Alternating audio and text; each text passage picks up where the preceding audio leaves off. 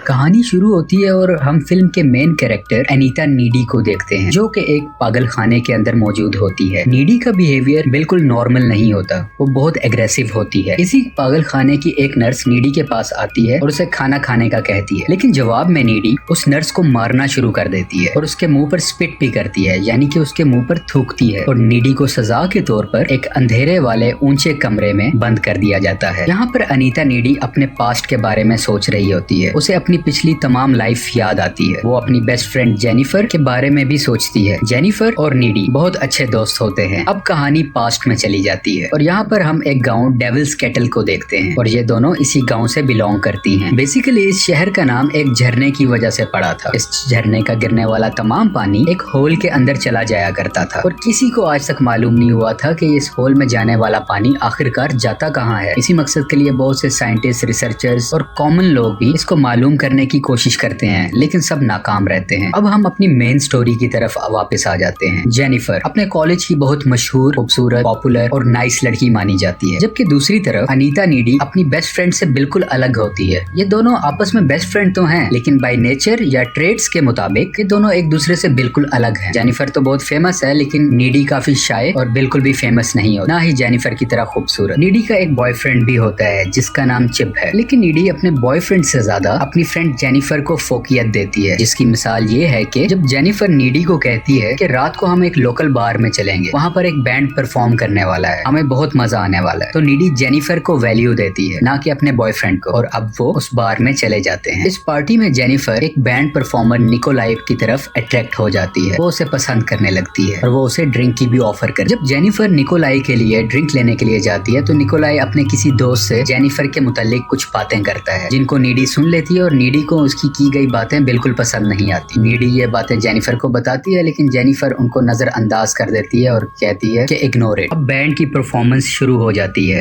लेकिन उसी वक्त शॉर्ट सर्किट होने की वजह से इस हॉल में आग लग जाती है और आहिस्ता आहिस्ता ये आग बहुत ज्यादा फैलने लगती है और यहाँ पर सब लोग काफी मुश्किल से अपनी जान बचाते हैं। नीडी भी जेनिफर को टॉयलेट की विंडो तोड़कर बाहर की तरफ भाग आती है और पूरे हॉल में, पूरे बार में काफी ज्यादा आग लग चुकी है। लोग चीख रहे होते हैं। अब सब बाहर आ चुके होते हैं। बैंड मेंबर निकोलाई जेनिफर को कहता है कि तुम हमारे साथ चलो, हम बहुत एंजॉय करेंगे, और उसे वो वैन में जाने का कहता है। नीडी जेनिफर को बहुत रोकती है कि तुम मत जाओ, लेकिन जेनिफर का दिल होता है उनके साथ जाने में और जेनिफर निकोलाई और उसके दोस्तों के साथ वैन में बैठकर चली जाती है और नीडी पीछे अकेली रह जाती है और वो जेनिफर को यहाँ से अकेले जाते देख रही होती है और ये दुख उसके चेहरे पर साफ नजर आ रहा है। अब नीडी परेशानी की हालत में वापस अपने घर आ जाती है और यहाँ पर वो अपने बॉयफ्रेंड चिप को कॉल करती है और इस वाकये के बारे में सब कुछ उसे बताती है। वो उसे बताती है कि जेनिफर उन लोगों के साथ चलेगी है, मुझे डर है कि कहीं वो उसको कुछ नुकसान ना पहुंचा दें। ये जेनिफर के रेप होने का डर भी अपने बॉयफ्रेंड को बताती है। अभी फोन पर बात हो ही रही होती है कि इसके घर के बाहर एक बेल होती है। ये बाहर जाकर देखती है, लेकिन वहाँ ऐसे कोई नजर नहीं आता। अब जब डोर के बाहर कोई नहीं होता तो वो वापस अंदर आने लगती है, लेकिन अंदर आते हुए उसे घर के अंदर से कुछ आवाजें सुनाई देती हैं और वो जैसे ही डरते हुए अंदर आती है तो सामने देखती है कि जेनिफर बैठी हुई है, जो कि बहुत जख्मी हालत में है। उसके चेहरे पर खून लगा हुआ है और यहाँ पर जेनिफर एक अजीब क्रीपी किस्म की स्माइल देती है, जिसे देखकर नीडी परेशान हो जाती है। इसके अलावा जेनिफर इस घर का फ्रिज ओपन करती है और यहाँ से कच्चा चिकन निकालकर उसको भी खाने लग जाती है। जेनिफर यहाँ पर एक डरा देने वाले तरीके से चीखती है, चिल्लाती है और इसके अलावा उल्टियां भी करती है, जो कि काले रंग की होती है। जेनिफर इसको डराने के बाद यहाँ से चली जाती है। अब अगला दिन आ जाता है। नीडी कल रात हुए वाकये के बारे में सब कुछ सोच रही होती है और बहुत परेशान होती है। जेनिफर के लिए भी बहुत परेशान होती है। यहाँ पर जेनिफर आ जाती है, जो कि बिल्कुल नॉर्मल लग रही होती है। कल रात जेनिफर की हालत तो बहुत खराब थी, लेकिन आज सुबह वो पहले से ज्यादा एक्टिव, एनर्जेटिक और बोल्ड लग रही होती है। अब ये दोनों अपनी क्लासरूम में मौजूद होते हैं। यहाँ पर इनके टीचर कल रात बार में मरने वाले लोगों पर अफसोस कर रहे होते हैं, दुख कर रहे होते हैं। तो जेनिफर उसको देख के हंस रही होती है और अपने टीचर का मजाक बनाती है। जेनिफर के अंदर बहुत सी चेंजेस आ चुकी होती हैं, जो कि नीडी इन सब चेंजेस को देखकर बहुत परेशान होती है और बहुत ज्यादा कंफ्यूज होती है। नीडी अपने बॉयफ्रेंड चिप को भी ये सारी बातें बताती है। वो इसे ये भी बताती है कि कल रात जेनिफर उसके घर आई थी और उसका बिहेवियर बहुत अजीब था, जैसे कि जेनिफर के अंदर कोई चीज आ चुकी थी और वो जेनिफर बिल्कुल नहीं लग रही थी और वो बहुत वियर्ड बिहेव कर रही। और अब कहानी में कुछ ट्विस्ट आने वाले हैं। जेनिफर अपने कॉलेज की फुटबॉल टीम के कैप्टन से मिलती है, जो कि बहुत दुखी था क्योंकि कल रात हुए एक्सीडेंट में इसके कुछ दोस्त मर चुके होते हैं। जेनिफर उसको बहलाती है और स्कूल के करीब वाले जंगल में ले जाती है। यहाँ पर वो उसे सेड्यूस भी करती है और उसी वक्त इनके चारों तरफ कुछ जानवर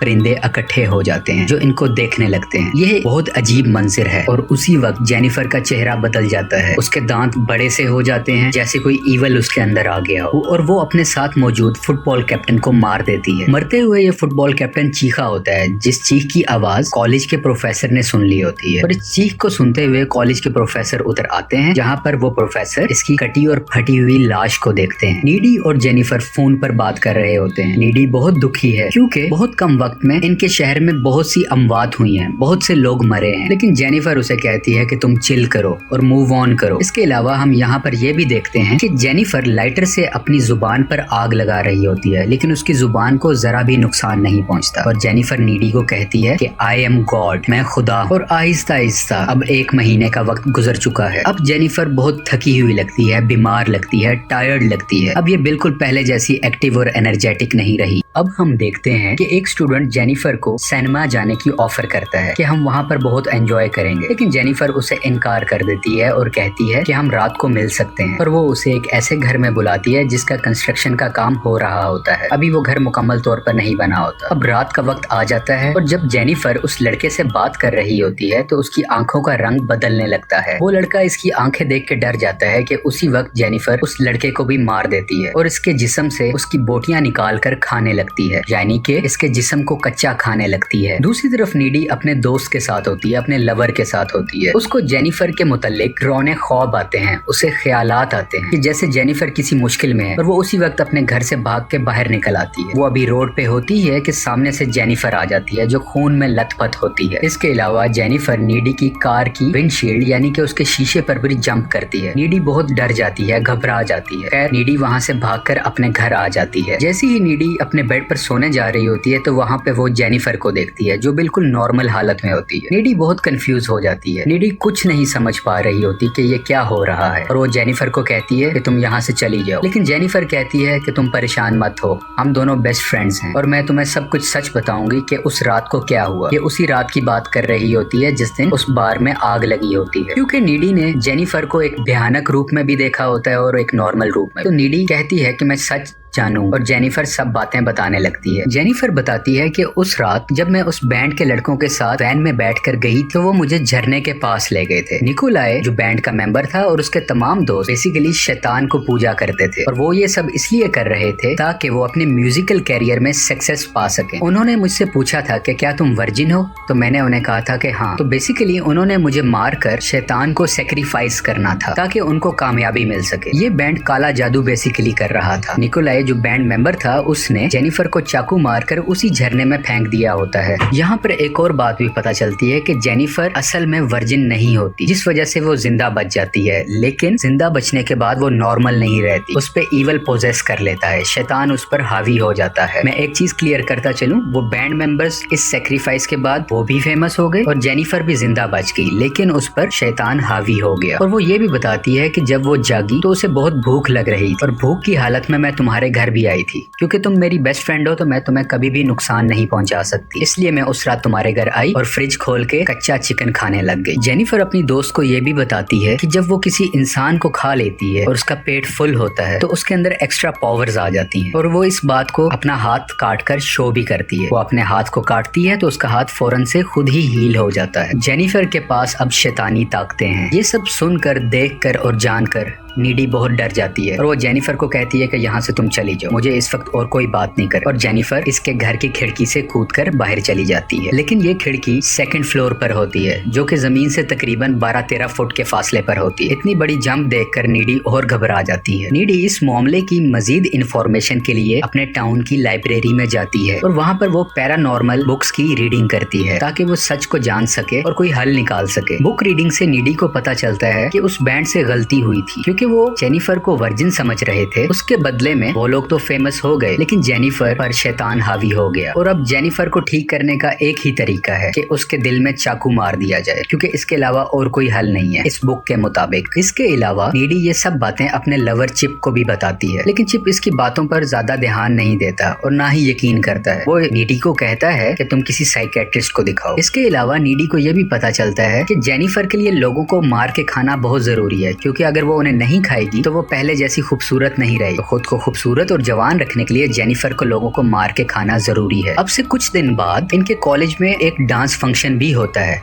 जहाँ पे बहुत से लोग इकट्ठे होने वाले होते हैं। नीडी इसलिए भी परेशान होती है कि जेनिफर उस फंक्शन में किसी न किसी को मार ना दे, बल्कि वो और ज्यादा इसलिए भी परेशान होती है कि नीडी का बॉयफ्रेंड चिप की जान को भी खतरा हो सकता है। और वो अपने बॉयफ्रेंड को भी कहती है कि तुम उस फंक्शन में मत आना, लेकिन इसका बॉयफ्रेंड हंस के बात को टाल देता है और कहता है कि कुछ नहीं होगा, तुम रिलैक्स रहो। अब डांस डे का दिन आ जाता है। इस फंक्शन में सब लोग डांस कर रहे होते हैं। नीडी यहाँ पर अपने बॉयफ्रेंड का इंतजार कर रही होती है, लेकिन अब तक चिप नहीं आया होता। और दूसरी तरफ जेनिफर भी वहाँ पे अवेलेबल नहीं होती। उसके जहन में बहुत से बुरे ख्यालात आते हैं। वो डर जाती है कि इधर फंक्शन में ना तो चिप है ना ही जेनिफर, और इस परेशानी की हालत में वो उस फंक्शन से भागकर घर की तरफ आती है। नीडी को चिप के घर से पता चलता है कि वो अभी ही कुछ देर पहले वॉक करता हुआ कॉलेज फंक्शन अटेंड करने के लिए गया है, और नीडी भी परेशानी की हालत में उसी तरफ भागना शुरू कर देती है। दूसरी तरफ चिप को रास्ते में जाते हुए दिखाया जा रहा होता है, जहाँ पर जेनिफर इससे मिलती है, और जेनिफर चिप को गुमराह करती है कि नीडी का किसी और के साथ अफेयर था और यही वजह है कि वो तुम्हें ज्यादा इंपॉर्टेंस नहीं देती। और इनके दरमियान और भी बहुत सी बातें होती रहती हैं। बातों बातों के दरमियान ये इसे एक खंडर की तरफ ले जाती है। जेनिफर का हमेशा से तरीका रहा होता है कि पहले वो किसी को सेड्यूस करती है और फिर उसे मार देती है। जेनिफर चिप के करीब जा ही रही होती है कि चिप उसे रोक देता है, क्योंकि वो नीडी से प्यार करता है और वो नहीं चाहता कि कोई और लड़की उसके करीब आए। इस चीज को देखते हुए जेनिफर को बहुत गुस्सा आ जाता है और वो गुस्से में चिप पर अटैक कर देती है, उस पर हमला कर देती है। जेनिफर का ये रूप बिल्कुल शैतानी है। दूसरी तरफ हम देखते हैं कि नीडी इन दोनों की तलाश में भी वहाँ पहुंच जाती है। नीडी देखती है कि जेनिफर उसके लवर के गले पर काट रही होती है, उसको मारने की कोशिश कर रही होती है और ये बिल्कुल खून से भरी होती है, लेकिन नीडी भी उधर कूद जाती है और अपने लवर को बचाने की कोशिश करती है। नीडी जेनिफर को धक्का देती है, उससे लड़ती है और उसके मुंह पर स्प्रे भी करती है ताकि वो दूर हो जाए। जेनिफर को यहाँ पर मजीद गुस्सा आ जाता है और वो गुस्से की हालत में कहती है कि वो सिर्फ लड़कों को नहीं मार बल्कि लड़कियों को भी मार सकती है। और उसी के बाद जेनिफर अपनी शैतानी ताकत की मदद से हवा में उड़ने लगती है। इन दोनों दोस्तों के दरमियान काफी बहस होती है और जैसे ही जेनिफर नीडी को मारने लगती है तो जख्मी हालत में पड़ा हुआ चिप एक रॉड की मदद से जेनिफर पर हमला करता है और वो रॉड उसके पेट में घुसा देता है, जिसकी वजह से जेनिफर बहुत घायल हो जाती है। जेनिफर बहुत थक चुकी होती है क्योंकि उसका बहुत ब्लड लॉस हो रहा होता है और वो वहाँ से चली जाती है, लेकिन नीडी यहीं पर अपने लवर के साथ मौजूद होती है जो उसकी आंखों के सामने मर रहा होता है और बिल आखिर मर जाता है। नीडी बहुत उदास होती है और गुस्से में भी वो हर हालत में जेनिफर से बदला लेने जाती है और इसी बदले के लिए वो जेनिफर के घर जाती है। जब नीडी जेनिफर के रूम में आती है तो इन दोनों के दरमियान फाइट शुरू हो जाती है और इसी फाइट के दरमियान जेनिफर नीडी के गर्दन पर काट भी लेती है। खैर लड़ाई होती रहती है और बिल आखिर नीडी जेनिफर के दिल के अंदर एक चाकू नुमा बड़ा सा ब्लेड डाल देती है, जिसकी वजह से उसका खून बहने लगता है, क्योंकि नीडी ने पढ़ा होता है कि जेनिफर को मारने का एक ही इलाज है कि इसके दिल पर हमला किया जाए। और इसी लम्हे के बाद जेनिफर और उसका डेविल यानी कि उसका शैतान वहीं पर खत्म हो जाता है। लेकिन इन चीखों की आवाजें सुनकर जेनिफर की मॉम उसके कमरे में आती है और वो देखती है कि नीडी ने उनकी बेटी को जान से मार दिया होता है। और अब मूवी अपने इनिशियल सीन्स पे आ जाती है कि नीडी क्यों उस जेल में थी, क्यों उस पागल खाने में थी, क्योंकि इसने जेनिफर का कत्ल किया होता है। लेकिन अजीब बात हमें यह पता चलती है कि अब ये नीडी पहले वाली नीडी नहीं रही और उसकी वजह यह है कि जेनिफर ने नीडी को लड़ाई के दरमियान काटा होता है, जिसकी वजह से ये शैतानी ताकतें नीडी के अंदर भी आ जाती और हम यहाँ पर नीडी को हवा में उड़ता देखते हैं। यहाँ पर नीडी के पास भी अब सुपर नेचुरल पावर आ जाती है और इसी वजह से वो बहुत ज्यादा एग्रेसिव होती है, जबकि पहले नीडी ऐसी नेचर की नहीं थी। यहाँ पर ये इस काल कोठरी के अंदर बंद होती है, लेकिन नीडी अपनी शैतानी ताकतों का इस्तेमाल करते हुए यहाँ से उड़ जाती है और खिड़की से बाहर निकलकर बाहर चली जाती है, यानी कि इस जेल से भाग जाती है। जेल से भागकर ये उसी झरने के पास जाती है और इसे वही चाकू मिलता है जो निकोलाई ने जेनिफर को शैतानी ताकतें हासिल करने के लिए मारा होता है। नीडी उस चाकू को उठा लेती है और एक कार से लिफ्ट लेते हुए वहीं पर जाती है जहाँ पर वो बैंड होता है, जहाँ पर वो बैंड अपना कॉन्सर्ट कर रहा होता है। हम इस बैंड को भी देखते हैं जो अपना कॉन्सर्ट खत्म करने के बाद अपने रूम में बैठकर अयाशी कर रहे होते हैं, जैसे कि ड्रग्स इस्तेमाल करना। और उसी वक्त वहाँ पर कोई आता है और इन सब मेंबर्स को मार देता है बहुत ब्रूटल तरीके से। इस वक्त तक ये नहीं दिखाया जाता कि ये कत्ल किसने किए, इन म्यूजिकल बैंड मेंबर्स को किसने मारा, लेकिन आगे चल के हम देखते हैं कि सीसीटीवी फुटेज में इनके रूम से और कोई नहीं निकल रहा होता बल्कि नीडी ही आ रही होती है, यानी कि ये तमाम कत्ल नीडी ने किए होते हैं। और इसका मतलब बिल्कुल बिल्कुल क्लियर है, नीडी ने उन म्यूजिकल बैंड वालों को मार दिया जो कि वो डिजर्व करते थे, क्योंकि उनकी वजह से ये सब कुछ हुआ था। उसका लवर मरा था, उसकी बेस्ट फ्रेंड मरी थी और भी बहुत से कत्ल हुए थे। और यहीं पे इस मूवी की एक्सप्लेनेशन खत्म हो जाती है। आपको पसंद आए तो लाइक और सब्सक्राइब करें। Thanks for watching.